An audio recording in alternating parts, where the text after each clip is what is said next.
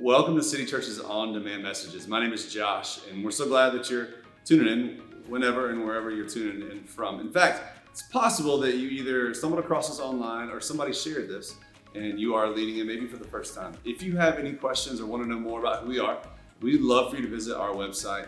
In fact, if you can even plan your first visit on our website. If you've got kids, we have a kids ministry specifically for them. You can plan your visit. You can go ahead and check them in, learn more about what that will be like. Maybe a middle or high school student, we've got you covered.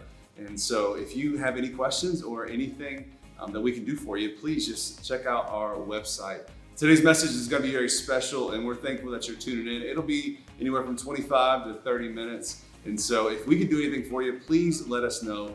But enjoy today's message.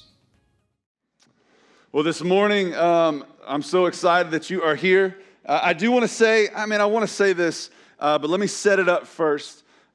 We just believe that, this morning, I have friends that, are celebrating Father's Day as a biological father. I have friends that are celebrating Father's Day as an adoptive father, as a foster father this morning. And I also have friends that are not in that space yet or desiring to be in that space, and some maybe not be. But I do know this with all of my heart, that no matter whether you are a biological dad or a foster, adoptive, or whatever that is, I do believe that God calls every single man to be father figures. And so whether or not that means that you have kids of your own or that you just step into the space, Paul talks about this a lot. Paul didn't have kids. Paul never got married in the Bible, but he said, hey, I look around and I see that in our world, in our culture, that there's not a lot of spiritual dads. And so he says, I'm going to step into that space. And so every single one of us are called, every single man in this room is called to be a father figure. And that may be investing in the next generation by serving in city kids or city students, or that may be just saying, hey, I want to mentor, or whatever that is, or that may just say, grandparents in this room, happy Father's Day. I guess happy Grandfather's Day as well. But for some, you're like, I did my job. I'm out. We still need you in the game. Every single man in this room is called to be a father figure. So with that being said, with that context being said, no matter where you fall into that, I just want to say happy Father's Day. Can we give it up for the men in this room another time? Yes. And so this morning, I'm excited. We're going to jump into our third week of the Way in the Water series. My name is Josh. I'm one of the pastors here, and just excited to be here, and also excited to get my iPad to work in the right way this morning. And so we've been in the series for the last 3 weeks. Really what we're doing over the summer series for June and July is we are walking through stories in the Bible that have to do with water, that happen in water, that happen around water. And so the first week, we talked about just the largest mass of water that the earth has ever seen, the universal flood that happened, or worldwide flood that happened. And then last week, we talked about a smaller body of water. John Tisson Warren did a phenomenal job. Can we give it up for John Tisson Warren one more time? Just did so good. If you missed it, you can go on our YouTube channel and check it out. Last week, they talked about a smaller portion of water in a well. And so this morning, we're going to kind of meet in the middle, and we find ourselves in Matthew chapter 4, verse 18. So you can turn there in your Bible if you want to. You can pull it up on your phone. It's going to be on the screen as well. And so as we're walking through this, I want us to have this mindset and this picture of what you thought, what we think our life is supposed to be about, and how Jesus sees our life and what he sees our life to be about. I think all of us, at one point, if I asked you, I was toying around with what question the host should ask this morning. I think it was a great dad joke, by the way. Fantastic dad joke. But the other question that I wrestle with is what did you want to be when you were growing up? Like, what did you want to be? For me, it was to be in the NBA. And then I got to college on a scholarship and sat the bench the whole time and realized I'm not as good as I thought I was going to be, all right? Or I thought I was. But what did you want to be when you grew up? And then at some point, sometimes that plays out into fruition, but many times it doesn't, and we find ourselves in another space than we thought we did. And so this morning we find ourselves in a story with these guys who had an idea at a young age of what they were going to be and what they were going to do, and really who they were. And so Matthew chapter 4, verse 18, here's where it starts. While walking by the Sea of Galilee, he, who is Jesus, saw two brothers, Simon, who is called Peter, so we read a lot about him in the Bible, especially in the Gospels, and Andrew, his brother, casting a net into the sea, for they were fishermen. And so the disciples, these people, Peter and Andrew, they grew up knowing about the Sea of Galilee and fishing. And so the Sea of Galilee was about 13 miles long and 9 miles wide. So around this sea, so this is what they knew. Like this was their sweet spot. So what did you want to be when you were growing up? They knew very early on, and we'll get to why, that this was going to be their space. This was going to be their place. This body of water, the Sea of Galilee, they knew this well because they were fishermen. Now what we have here is this geographical space and place where they have lived for forever, but also around, there are these towns and cities around the water, around the sea, and many scholars believe that around this area, there's about 3 million people. So you have a sea full of fish and cities full of people, two completely different things. And for Peter and Andrew's life, the life they had known was fishing. I don't know if you're a fisherman in this room, but it is a skill. It is an art. Anybody you just want to be? I love to fish. Anybody want to? Warren's in here. Okay. I don't know if Warren's here. Warren loves to. Yeah, he's back there. Okay. Yes. Loves to fish. I like to fish. My son loves to fish, so I'm learning more and more how to fish. But it is an art, right? There's a skill to it. Like there are things when I'm hanging out with Warren and he pulls stuff out of his back pocket and I'm like, what? I don't know where'd that come from, man. What is that thing that my dad loves to fish. And so I grew up fishing with my dad. It's a skill that takes patience. And very early on, I would go fishing a lot with my dad. And finally I was like, man, this is just like sitting around and waiting. Man, I don't know if I'm about that. And I think it broke his heart and his soul. Like the way that it did when my son was like, Dad, I like baseball more than basketball. And I was like, okay, I'm just going to go hide in the corner and cry right now. I mean, it's a skill. It's an art form. It's a craft. It is a craft. That's what they knew. And so Jesus was walking along the sea that is full of fish, and between the sea full of fish and Jesus on the other side is cities full of people. In verse 19, he said to them, follow me and I will make you fishers of men. So these words, follow me, are very, very, very important. So by the age of 10, a Jewish boy would have learned the Torah, so first 5 books of the Bible. And at the age of 10, there's like this weeding out process. And so only the best of the best get chosen to go forward into the next phase of their teaching, where they would learn the rest of the Old Testament, Joshua through Malachi. And so what they would do at this point is that they would basically say, okay, cream of the crop, 10-year-olds, you keep going, you keep studying. The rest of you go hang out with your father and learn his trade.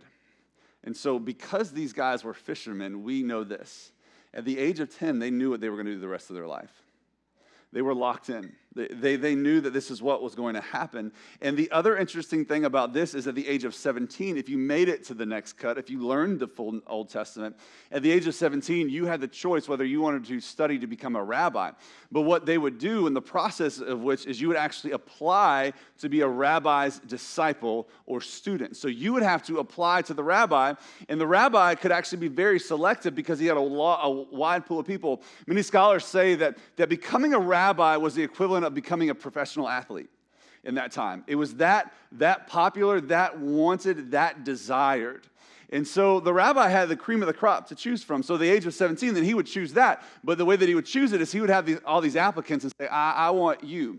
So what happens here is crazy. Because Jesus, this rabbi, is walking along the bank of the Sea of Galilee, looks out and sees Peter and Andrew, fishermen, which tells us that at age 10, they didn't make the cut. And now they were just going to be a part of their dad's business and eventually take it over. And they don't have to apply. He chooses them. It's not a, hey, Rabbi, what about us? The rabbi comes to them and says, I choose you. Follow me. So what he does is, in verse 19, he says, follow me. He invites them in. I mean, these guys were the B team. Like, they weren't the best of the best. And Jesus chose his squad to build this movement with the B team, with Peter and Andrew. I think it's just a moment to pause and say, if you've ever felt not qualified or not good enough to follow Jesus and to be a part of his mission, then you are exactly who he's looking for. If you've ever felt like you've missed the cut, or you aren't smart enough, or you aren't talented enough, or not charismatic enough, or whatever else, like maybe you find yourself just landing in a place of comfort, doing what you've always done because this is what I can do, and anything outside of that would feel unnatural, and anything outside of that would not feel comfortable, then you're actually ready to follow Jesus, because that's what Jesus is doing right here. And so what does he do? He meets them where they're at, and he says, I will make you fishers of men. So no longer are you fishers of fish, which I guess you could just say fishers, right? But fishers of fish, I want to make you fishers of men, but there's a bigger, broader thing to see, and it's with the map. So he meets them where they're at, Sea of Galilee, and he says, hey, from your entire life, you have been focused on this profession of fishing in the sea. And what he says is, I want to move your focus away from fishing in the sea to being with people in the cities. I want to move your mindset from providing for yourself to serving people and pointing them to Jesus, pointing them to me. This is what I want you to do. This is the most important thing. It's a complete mindset shift. What Jesus does when we follow him, when we accept the invitation, Jesus moves our heart from the sea of profession and into the city of people. What he was doing here, many scholars think that Peter probably went fishing again, Andrew probably went fishing again. What he's doing is he's saying, hey, you've been told your whole life that this is the most important thing. But what I am telling you is there's something more important than your livelihood. There's something more important than what comes natural to you. And actually, there's something more important than what you've placed your identity in your entire life. Because we do this as human beings, right? What we are good at and what we do quickly becomes who we are. And we, I mean, like there's a lot of talk around this with AI. Like, I'm not going to go deep into this, right? But artificial intelligence, like, it continues to take more and more jobs, right? And the fear is levels of depression equated to unemployment, because the minute that someone takes away what you can do, you begin to lose sight of who you are. And so what Jesus does is he says, your entire life, I know you admit your entire life you've been told this is what you're going to do. This is what you're going to do. And he's saying, I want you to move your focus away from what you thought you were going to do your entire life, providing for yourself in this profession in this sea. I want you to take a step out of this boat, and I want you to step into a new boat that doesn't focus on the sea of fish, but it focuses on cities of people. And he's like, and I'm not done. Verse 20, he says this, or it says this, immediately, right? Immediately. So they had heard about Jesus already. Immediately, they left their nets and followed him. We'll come back to that word. Verse 21. And going on from there, he saw two other brothers, James, the son of Zebedee, and John, his brother. Later, they would be called the sons of thunder. Coolest name in the world, right? Please, just start calling me that. The son of thunder. All right, so in the boat with Zebedee, their father. So now they're with dad. So this is playing out. They, again, didn't make the cut. They've been spending time with dad, learning the art and the trade of fishing, and they're mending their nets. And he called them, same way, follow me. And immediately, they left their boats and their father and followed him. You see, what Jesus does in our lives is miraculous. What he does, he doesn't just change our heart and save us and rescue us. He gives us a new mission. And the mission moves past a profession, although it's not a bad thing to have a profession or anything like that, but it moves past the things that we've been told our entire lives are important, and it moves it to people, serving people, seeing people saved. In fact, that's what Jesus does. Immediately from there, he gathers these guys, and then he goes throughout Galilee and just starts healing and saving. I mean, it's just these miracles begin to pop out and happen. He's like, I'm not just going to tell you this is what we're going to do. I'm going to show you that this is what we're going to do. And he invites us into a life of living that same way, focusing our lives not on a sea of profession, but on cities of people. And let me be clear what I mean by that. Sea of profession. What you've been told is important your entire life. Make a living, provide for your family, not things, I'm not saying that those things are not important, but the end-all, be-all is those things. And what he does is he moves us to cities of people. What I mean by that are the people in our lives that we have influence in our lives around and over. You see, God, men, women, whoever you are, God calls us to live for more than just ourselves. He calls us to live for others. And he starts it here. And I believe that if we actually leaned into this, man, that we could see miracles happen in our homes, in our workplaces, in our lives, and ultimately in this city. So what I love to do sometimes is, and what I've learned is it's better to flesh these kind of things out. When God just radically shifts and changes our lives, it's better to flesh these things out in community, in conversation, than it is just me talking to myself or talking to you. And so I want to invite our two incredible hosts with dad jokes galore up here this morning. And Dozie, Alex, why don't you guys come on up? Let's give it up for one more time. I think we should give it up for the son of thunder himself, Josh. Thanks, man. Yes. That's the first and last time I'll ever be called that, so thank you. Son of Thunder, I love it. Hey, fellas. Hey. Hey, happy Father's Day. Thank you. Happy Father's Day. Hey, thanks, man. Appreciate it. So let's talk about this. Let's dive in this morning. In fact, hold on. I'm stuck. This isn't good. Let me. Oh, there we go. Those wireless mics. I was sitting on my cable. All right. So I love and appreciate you guys, both of you, so much. You're friends. I also appreciate that you're completely opposite kind of people, right? Like in the best ways possible, okay? I have learned, that's not a knock. Like it's true. If you know both of them, you know that, right? And I have learned so much from both of you in different ways. And so I'm excited that we kind of get to have this conversation because it's probably the most important conversation that we have to wrestle with when we make a decision to follow Jesus.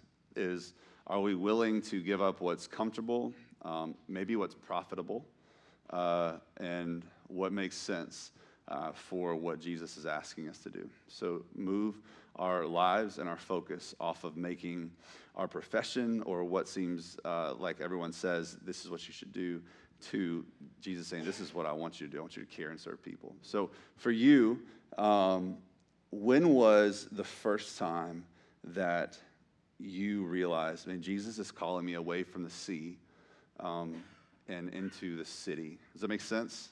Yeah. Yeah. Yeah, I think for me, it was 2014. So it was my first, I guess, big boy job working in corporate America. And I actually was living in Michigan at the time. So I was away from what I knew. I was away from what was familiar. And I was in a whole different state. And actually, I moved to Michigan in the winter.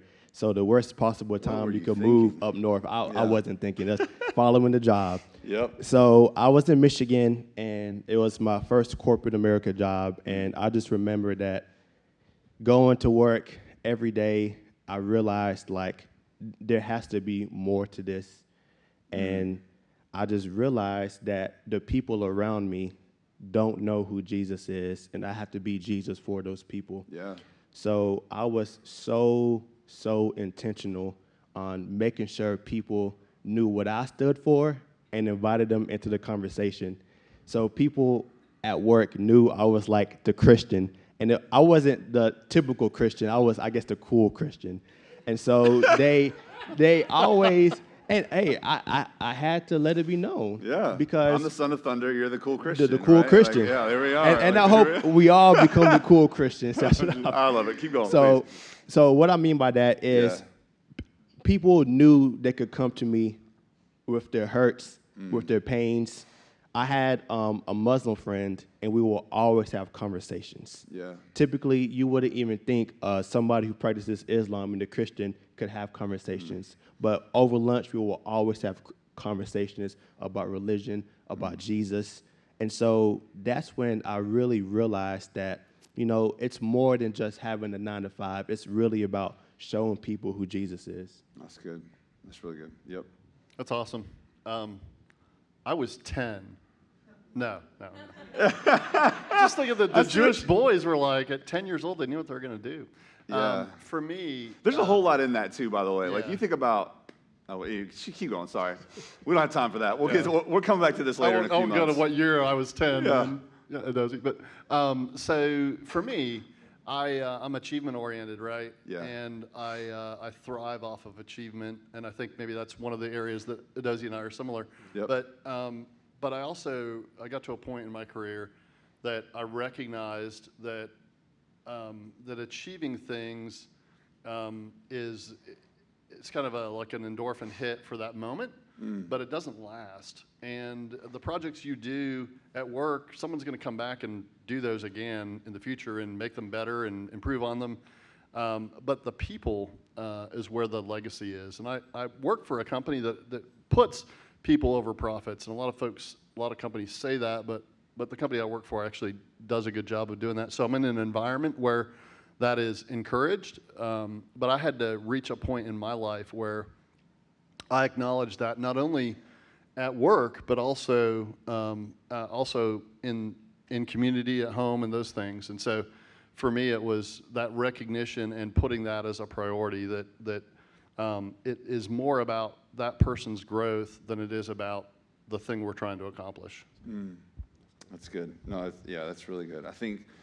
And let's talk about that a little bit because I think it's important, both of you, and this is where your stories definitely become different. But it was your realizations were both in spaces where you didn't necessarily feel the need to walk away from your job at the time. I know your story leads to that, but for you, no, you're still there and still leading the way in that. But it's just your mindset changed, right? That's right. Yeah.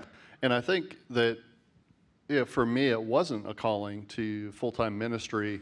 In a traditional vocational sense, but more like, how do I apply my ministry on a daily basis in the environment that I'm in, and whether that's at work Monday through Friday or on the weekends, but how does that manifest itself day in and day out? And I think that's how I feel God's calling on my life. Yep, that's good. So we're gonna detour a little bit. You guys go with that? So here we go. So I think when we think about the sea of profession, I think another way to put it is when we find ourselves placing titles on ourselves. So like a profession can be our work. I think also what can feel like a job is what happens in the home, right? Like we can feel like husband, father, grandfather, they can feel like jobs. And where do you see your calling in the home, outside of just professionally, like this is how I make money, right? This is how I provide for my family. But like, where do you see and where do you feel like your calling is when it comes to your home? And the shift and the tension between this is what I have to do and what I get to do. How do you see that playing out right now in your lives? Yeah, I think for me, like Alex said, we're both achievement oriented. And so at home, if I'm like, oh, I cooked dinner today, I did it. Like I achieved, like I provided for my family. Hey, that's one of my achievements. No, yes, man. I'm getting very good. practical. Yes. But I kind of had to shift my focus. And it's so awesome that we kind of sung the song like, I'm chosen, I'm not forsaken, I am who you say I am. Yeah. And I just realized, thanks to this guy right here, that he helped me to realize that I am a child of God. And that's like my identity. That's my title. That's my standing point. And that's what I based all of my decisions on. And that's how I base the direction of my life and how I kind of run my home. And so now I don't focus more so on achieving things and making sure things are in order, which I do those things, but my starting point is realizing like I'm a child of God. Like that's who I am. And because I am that, I get to serve my wife. I get to fulfill the needs of my home. So that's kind of how I started that process. Great. Yep. That's great. It starts with your identity in Him and in Christ. And I think that's true for me as well, as a starting point, and thinking about how then I serve Kim and I serve my daughters and my grandson and our collective family. I think about what comes to mind when you ask that question, Josh, is how am I modeling Christ-likeness so that my family sees that, and that's an example that they can look to. Not that I'm perfect. I'm certainly not. Kim would. She's not there anymore, but she could yell, yeah, for sure. She was there. She was there, but she's like, he's on stage. I'm out of here. I think it causes me to be intentional. Yeah. I think about what I want to have in the future, and how I want our family to be in the future, and what can I do today? What can I do this week, this month, this year to help reinforce that, help take steps towards that? So That's good. Yeah, so I mean, if we inadvertently identify like the cities of people, I think that we feel called to. So professionally, like, people you work with, right? And then in the home, so spouse, kids, all that. When is it the most difficult to remember like your calling to Jesus? Because it's all, like, what I love is that it's not you mentioned like I don't feel called to vocational ministry, Alex, but we're all called. And the calling that Jesus invited the disciples into is what we're all called into. And so when you find yourself losing focus of people and maybe drifting back into those titles and profession? yeah, I'll say when I'm in a hurry, it's easy to think about traffic. Often I'm in a hurry because I like to achieve. I like to get where I'm going. Yes. I don't often enjoy the drive, but I like to get where I'm going, and so that's true at work too. And sometimes at work there's a deadline or there's an urgent matter that needs to be attended to, and that's where I can forget that it's about the person and get more focused on the task. So that's I think hurry is a good thing that I have to be careful about. Yeah, that's good. Yeah, I think for me, it's when I'm distracted, and I can easily get distracted by like the tasks I have to do at work, or I could easily get distracted of other things I do outside of work. I don't know, I'm a big gamer, so I'm on the PS5 a lot. If y'all know what the PS5 is, PlayStation. So I game a lot, so that's easily could be a distraction for me. So I think for me, like, when I get distracted, I put the focus on like what I'm doing rather than like why I'm doing it or who I'm doing it for. Yep. And I get caught up in not necessarily focusing like the people. I get focuses on the things. So. That's good. Yeah, I mean, the thing, I'm with you guys on that. I think the thing that I think about too is that I like control, and I think it's where we're similar. We all like control, right? Okay, can we just control freaks in the room unite? Okay, yeah, whatever. 8 of you raised your hand. The rest of you. All right, so the most common lie that I believe is that I have to do this and it will not be done, and it will not be done the right way unless I do it. And it is on. Yeah, there you go. Yeah. And what that becomes, and I think there is a very God honoring level of stewardship, and then there's a very idolatrous worship of self for me. And what I mean by that is there's a space where I say, God has entrusted this to me, so my family, something with the church or whatever, or my personal health or whatever, God has entrusted it to me, so I need to steward it. And then there's a very thin line for me that I jump over of saying, I've got to do this. And if I don't do it, it won't get done. And when I get into that mode, it becomes about what I'm doing and believing that I will do it better than anyone else. And what happens is I begin to separate myself from maybe seeing and caring about people because I'm just focused on, like, if I have to do it. And if I don't do it, it won't get done and it won't get accomplished. Instead of saying, like, God, you're going I just need to trust you. And what trusting you means is, like if it's church related, at the end of the day, I can put my hands down, walk away from this, and trust that Jesus, you're going to build your church, or Jesus, you're going to build what I'm working at in whatever profession you're in. I have done everything I can with the time you've entrusted to me, and now I'm going to put my hands down and trust you with the rest, and I'm going to go home and be present with my family. That is super hard for me. It is super hard for me, and it's because it's that wrestle of believing I've got to do this. If I don't do it, it's not going to get done. And I think so for me, like that. Thanks for the counseling session, but like I think that's hard for me. I mean, does control play a part in your distractions at all and things? Yeah, I think the desire to intervene and just get it done, the desire to take action versus letting someone else, maybe even letting someone else fail or struggle, is a challenge. But when we do that, it can take away their opportunity to learn and grow. And it can also have impacts on how they feel about what happened. So I think it's a real tendency. Yeah.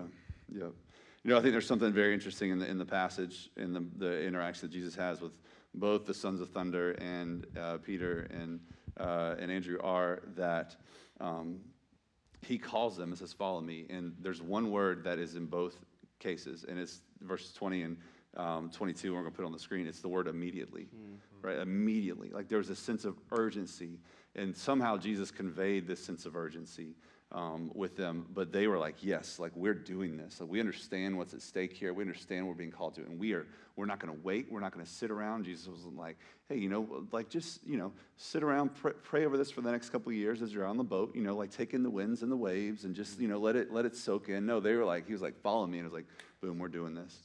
And I believe for all of us, so whatever that may be.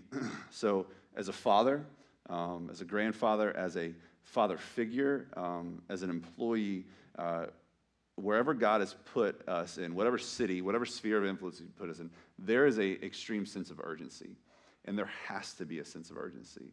And so I actually began to even totally play this out just geographically for us and like what this could actually look like. So I want to do this, and I want to come back and ask you, hey, I think the question is, what rhythms help you stay urgent with this calling, right? So let's just do this for a second, just to see, I just think this is incredibly just cool of how Jesus works and what He could do and how we could see a move of God.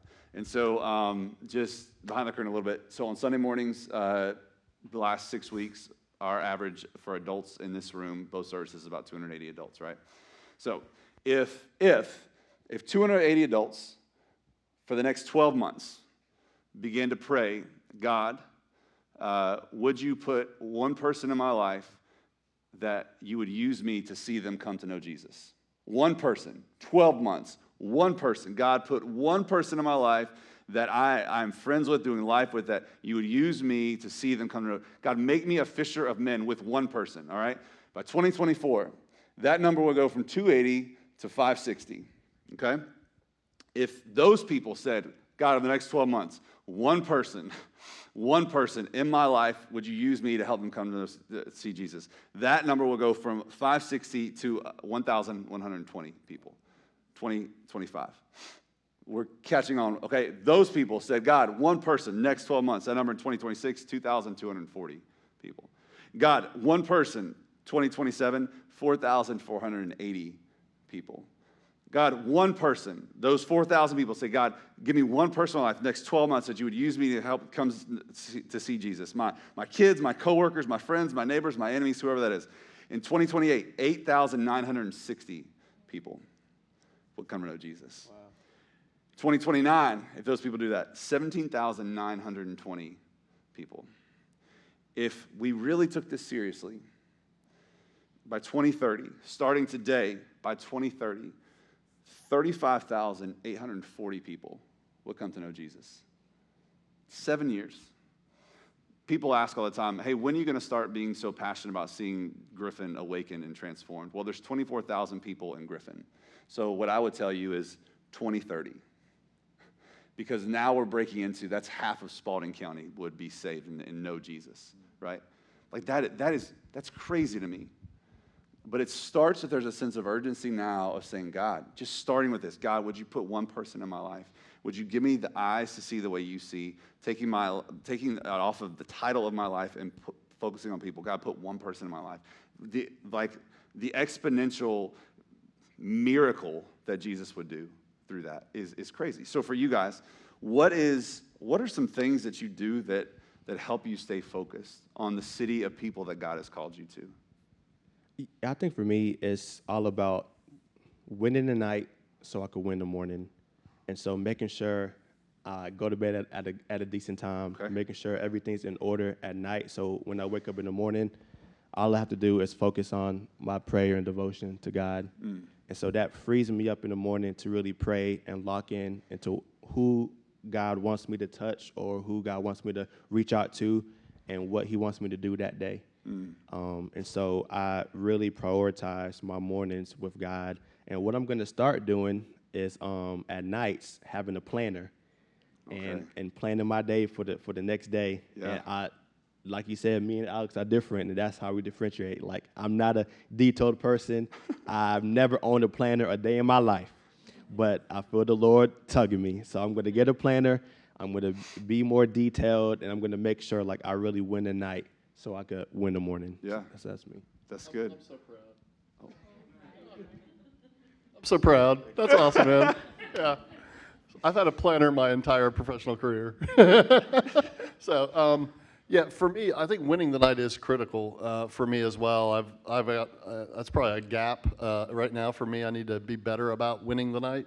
But for me, the critical part I think is the morning quiet time, getting up early, spending time in devotion and prayer. That's a special time for me, and it also sounds like the Sunday school answer, so I apologize for that, but it is something that works really well for me.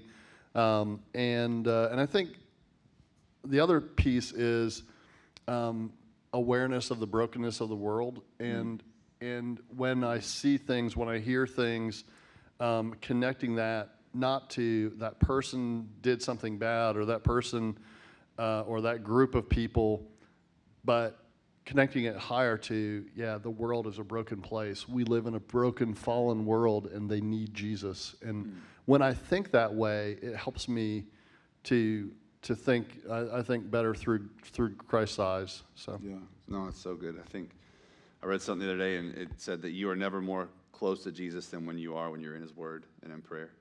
And I think what I love about this story that Jesus has with His first disciples is He doesn't say, "Hey, come and do these things." He literally says His first words are, "Follow me." So He says, "Hey, come get close to me. Come spend time with me. Watch what I do. Watch what I care about. See who I care about. And as you get closer to me, then you will be able to see what this is all about." And I think you're right. It's those simple things. Like he went to fishermen and said, "Hey, we're gonna take the same practices and skills you've been doing all your life. We're just gonna focus them on people now, right?" And I think that is crucial for us to say, you don't have to learn a new set of skills. I think Jesus will use you and use what you have and where you have right now, and He will use you to reach people if you just allow Him to, if you stay close to His presence and allow Him to. And so, I think there's so many ways that we can do that. In fact, in a few months, we're going to break this down really deep. But I think one of those rhythms is actually communion. It's what we do every week as a church. In fact, there's communion packets in the front of your chair. And so if you're a follower of Jesus in this room, Jesus, you've responded to the call. Like Jesus said, "Follow me," and you've responded. And so for us, it's a chance to be close to Jesus, to say, "Jesus, would you remind me of your heart for people?" So maybe that's, "Jesus, would you remind me of your heart for my spouse?" "Jesus, would you remind me of your heart for my kids?" "Would you remind me of your heart for my coworkers?" "God, would you remind me of your heart for my in-laws?" Would you remind me of your heart for my neighbor? And maybe even, if you would be so bold, "God, would you remind me of your heart for my enemies, those that have hurt me?" And God, you want to use me in a specific way.